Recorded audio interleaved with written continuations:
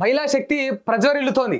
అధికారంలోకి రావడానికి ఓటర్ జాబితాలో సగం, కొన్ని చోట్ల సగానికంటే ఎక్కువ ఉన్న మహిళా ఓటర్ల కోసం ఎన్నో పథకాలు ప్రకటిస్తాయి రాజకీయ పార్టీలు. తీరా అధికారంలోకి వచ్చాక ఇక అవన్నీ కూడా మామూలే. కొన్ని పార్టీల నాయకులు మాత్రమే తాము ఇచ్చిన హామీల కన్నా ఎక్కువ మహిళల ఉన్నతి కోసం ఆలోచిస్తారు. ప్రస్తుతం తెలంగాణలో అధికారంలోకి వచ్చిన కాంగ్రెస్ ప్రభుత్వం ముఖ్యమంత్రి పాలమూరు బిడ్డ రేవంత్ రెడ్డి అమలు చేస్తున్న అనేక అంశాలు పరిశీలిస్తే గత ప్రభుత్వాల కన్నా మహిళలకు ఎక్కువ అవకాశాలు ఇచ్చారట కాంగ్రెస్ పార్టీ వాళ్ళు. ఈ అక్కలు ఇద్దరు చెప్తా ఉన్నారు, ఆడబిడ్డలు తెలంగాణ మంత్రివర్యులు వాళ్ళు ఏమంటా ఉన్నారు, మహిళల సాధికారత కోసం, మహిళల అభివృద్ధి కోసం ఇక పాటుపడుతుంది రేవంత్ అన్న ఒక కాంగ్రెస్ పార్టీ అని చెప్తా ఉన్నారు. అది కూడా ఎవరి కోసం? ఓటర్లు, అంటే ఎవరైతే ఓటు హక్కు కలిగిన మహిళల కోసం. వాళ్ళ నోటితోటి చెప్తా ఉన్నారు, అధికారంలోకి రావడానికి ఓటర్ జాబితాలో సగం, కొన్ని చోట్ల సగానికంటే ఎక్కువ ఉన్న మహిళల కోసం ఎన్నో హామీలు ఇస్తుంటాయట రాజకీయ పార్టీలు. ఇచ్చిన హామీలు అందరు నెరవేర్చారు, వీళ్ళు మాత్రం నెరవేర్చారని చెప్తా ఉన్నారు. మరి సరే, ఇక మీరు అంత గొప్పగా ఏం చేసిరు అనేది మీ అంశాలు మీకుంటే మీరు చెప్పుకుంటూ ఉంటారు. మరి ఓటు లేకపోతే, ఓటు వేయకపోతే ఆడబిడ్డలు కాదా? వాళ్ళు తెలంగాణ బిడ్డలు కాదా? వాళ్ళకు మీరు మంత్రులు గారా? వాళ్ళకు మీరు ముఖ్యమంత్రులు గారా? వాళ్ళ పట్ల మీకు జాలి, దయ, ప్రేమ ఉండదా? ఓటేస్తేనే ప్రేమనా? మరి ఈ మాట ఎందుకు అంటున్నావు సింహాద్రి అంటే, ఈ వచ్చిన ఏడాది నుంచి వెళ్ళి ఎంతమంది పసిగొడ్డులు, పసిబిడ్డలు, అన్యం పుణ్యం ఎరగని పిల్లలు, అమాయకులు ఆ గురుకులాలలో ఆహారం బాలేక చచ్చిపోతూ ఉన్నారు. మరి వాళ్ళని ఎందుకు పట్టించుకోరు?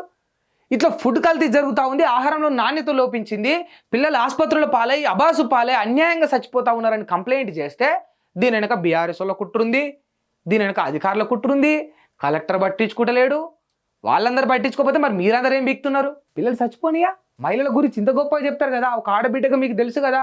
మరి అమాయకులు, అన్యం పుణ్యం ఎరగని పిల్లల ప్రాణాలు పోతా ఉన్నాయి, మరి పట్టించుకోరా? ఇప్పుడు ఇంకోటి అనొచ్చు, కేసీఆర్ పాలనలో చచ్చిపోలేదంటే. కేసీఆర్ పాలనలో కూడా చచ్చిపోయినరు, 100% కేసీఆర్ పాలనలో చచ్చిపోయినరు. ఆ ఉసురు కలిగే కదా ఇలా గద్దె దిగిపోయింది.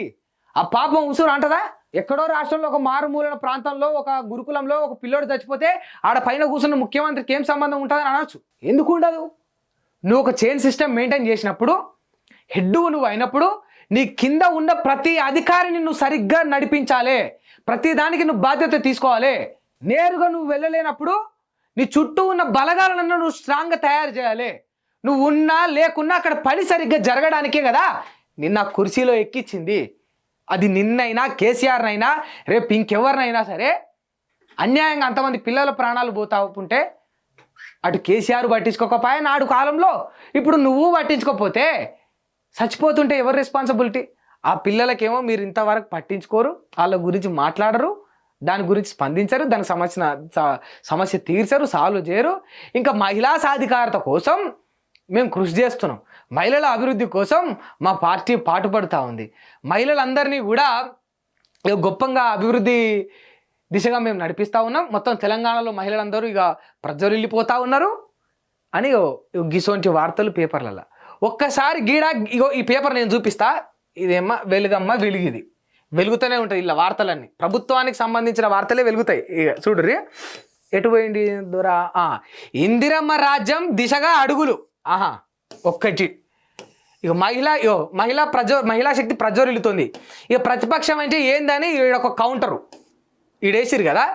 ఇప్పుడు నేను మీకు ఒక వార్త చూపిస్తా, ఇదంతా కూడా వైట్ సైడ్ అనమాట, వైట్ సైడ్. మరి డార్క్ సైడ్ ఏముంటుంది ఇందాక చూపించిన, అది మళ్ళీ కూడా చూపిస్తా.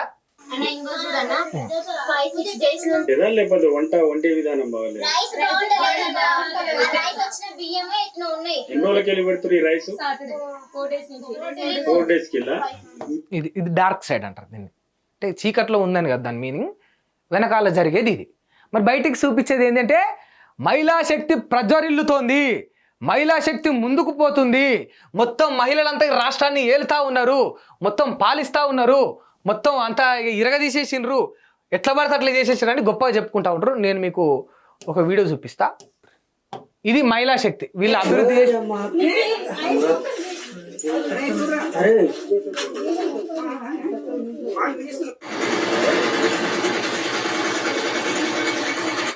గురుకులాల బిడ్డలు ఆహారంలో నాణ్యత లోపించి వీళ్ళ పరిస్థితి చూడండి.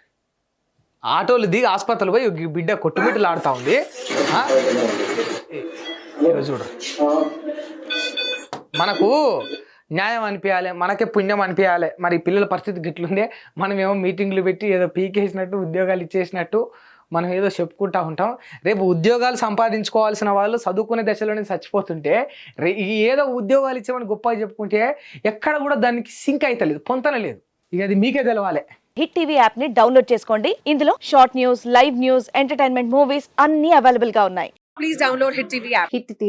హిట్ టీవీ యాప్ని ఫ్రీగా డౌన్లోడ్ చేసుకోండి.